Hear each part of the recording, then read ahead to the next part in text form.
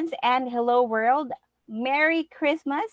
In my native language, it means Malipayong Pasko or Maayong Pasko kaninyong tanan. Once again, it's Teacher Melody, and welcome back to Go Talk to English Podcast, episode 10. So, probably you already have an idea what our topic is all about. Yes, it's Christmas. And that would be particularly in my own native land, which is in the Philippines. I'm excited to share with you guys about how Filipinos celebrate our Christmas because it's one of the longest celebration that we do have. Imagine that starts from September 1st until the Epiphany, which is in January. Now, let me give you a little bit of background how it works. In December, we also have our 9-day novena mass, which we usually call as Simbang Gabi or Misa de Gallo. It's actually a special mass that starts as early as 3 a.m. Yes, 3 in the morning. Some churches or parishes would actually have the dawn masses as late as 4 a.m. or 5 a.m. But in many cases, it starts as early as 3 in the morning. And it's very meaningful because when we go to church and you have to set your alarm clock as early as 2 a.m. so you would be able to get into the church at 3, that's a huge sacrifice. And that's the beauty of it because we Filipinos are fond of sacrifices as part of showing our great devotion to the Holy Child, Jesus Christ. Now, just like in any other countries, Philippines is also very rich in cultures, especially on the religious side. One of them is, especially in the Christmas tradition, we have Simbang Gabi or Misa de Gallo. As I've said, it's a 9-day novena mass starting December 16th until the 24th, which is the Christmas Eve. Now, the Simbang Gabi is practiced mainly by Catholic having adopted the practice of pre-Christmas dawn services. So when we say pre-Christmas dawn services, it means we are all of us are gathering together and go to church and do the praise and worship and observe the Holy Mass. I bet all most of the Costa Ricans know that because uh, a lot of number of Costa Ricans are actually Roman Catholic. Now, attending the masses is, as I've said, it's one of showing huge devotion to the child Jesus Christ. And we also believe that when we complete the 9-day novena, our number one wish would definitely gonna be granted when we complete the 9-day novena or 9-day masses.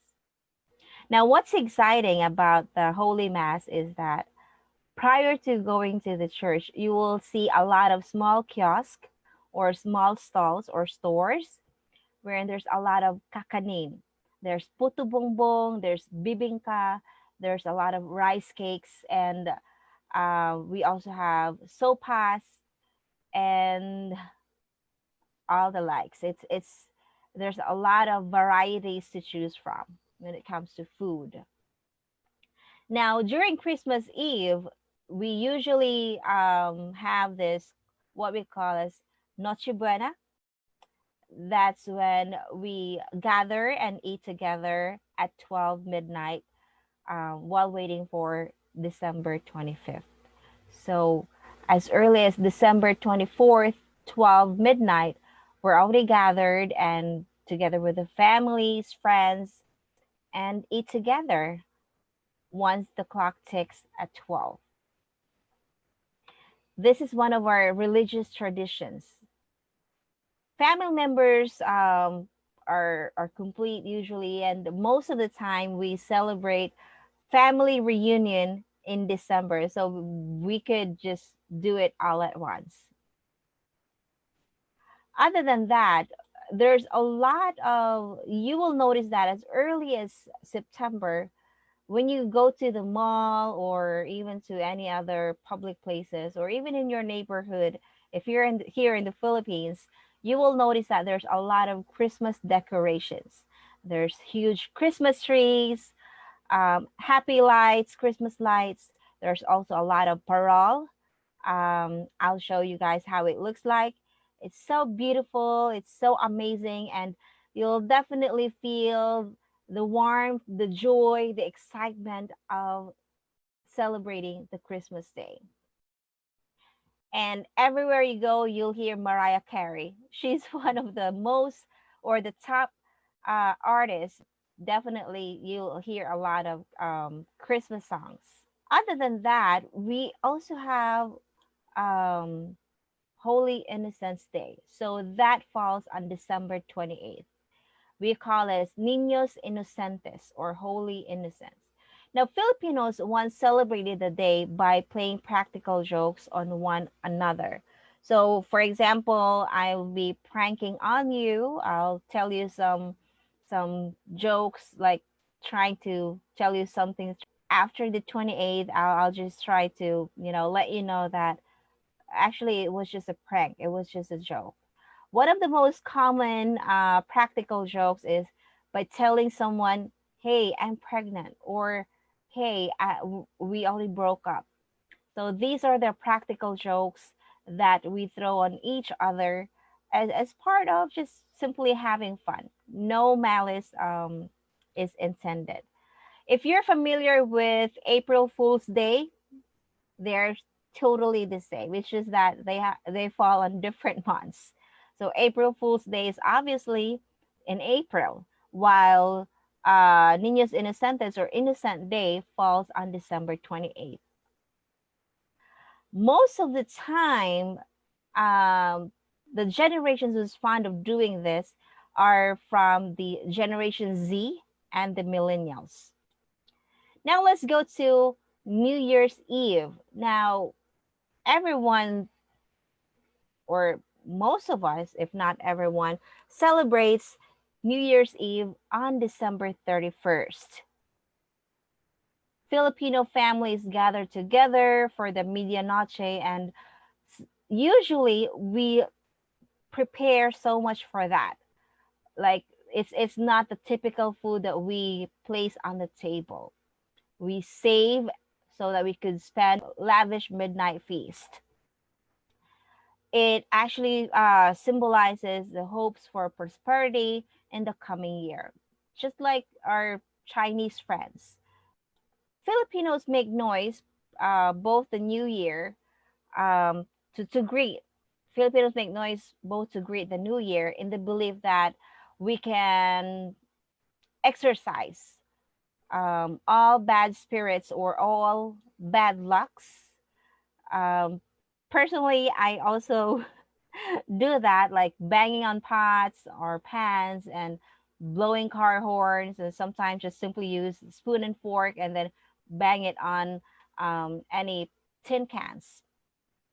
Other traditions that we have and also beliefs, we also encourage our younger ones or friends who are a little bit shorter to jump at the stroke of midnight, or at by the time that 12 midnight ticks on, because we are believing that they still have the chance to grow. And one of the most interesting practices that we have the tradition of displaying round or circular fruit. For example, grapes, um, oranges, apples. And not only that, we also make sure that we have 13 circular fruits served on the table for the belief of, getting more good luck. And not only that, we also wear clothes with polka dots and other circular designs. All the sheets on our bed are clean. All the clothes are um, being laundried. We have a lot of delicious food, not the typical one that we serve on the table. We also let me correct myself. We actually prepare 12 different circular fruits.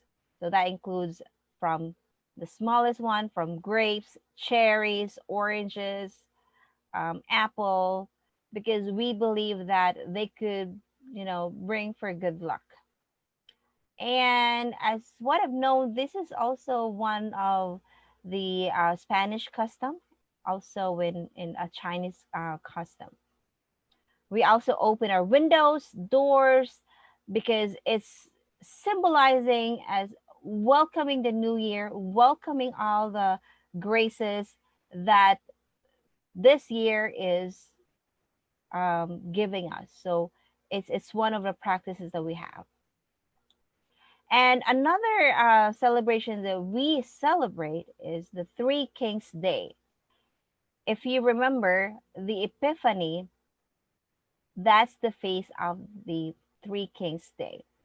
Um, it falls on the first Sunday of January, and it's actually one of the most common tradition or celebration that we have.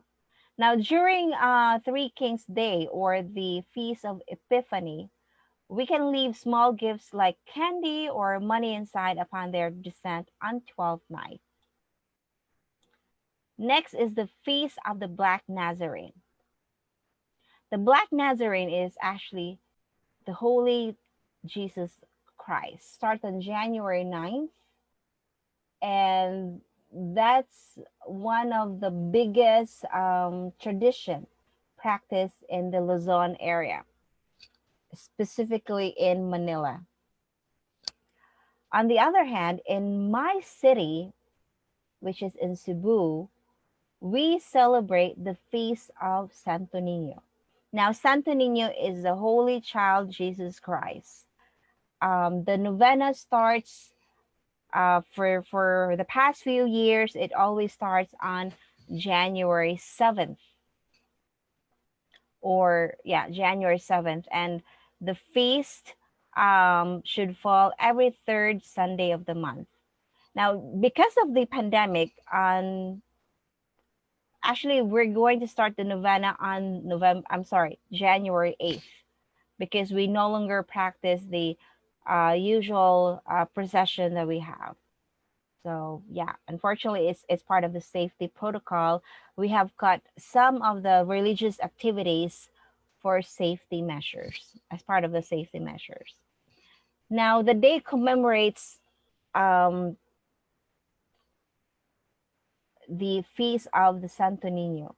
And did you know that Santo Nino was actually um, given as a gift from the Spaniards to the Filipino natives? So he really came in as a gift. And since that event, we're now on the 500th year, or the quincentennial celebration from the date that we receive him. Next, we also celebrate the feast of Our Lady of Candles.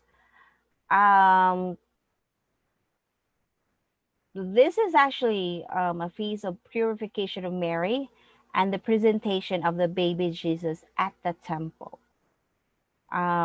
If you pray the Holy Rosary, I'm pretty sure most of the Catholic friends here know, when you pray the Holy Rosary, this is one of the mysteries, when the baby Jesus was presented at the temple. This marked the end of a long 40-day Christmas side, corresponding to the 40 days of Lent. So if you notice, most of the practices, religious practices, are actually symbolic in nature. So 40 days on Christmas side equals 40 days of Lent. This date falls on February 2nd, after Mary had participated in a rite of purification in according to ancient Kaddiamas festival, which is actually rooted in Jewish law called halakha. Now, I'm going to show you guys a lot of things that you can find only in the Philippines. Please watch this video.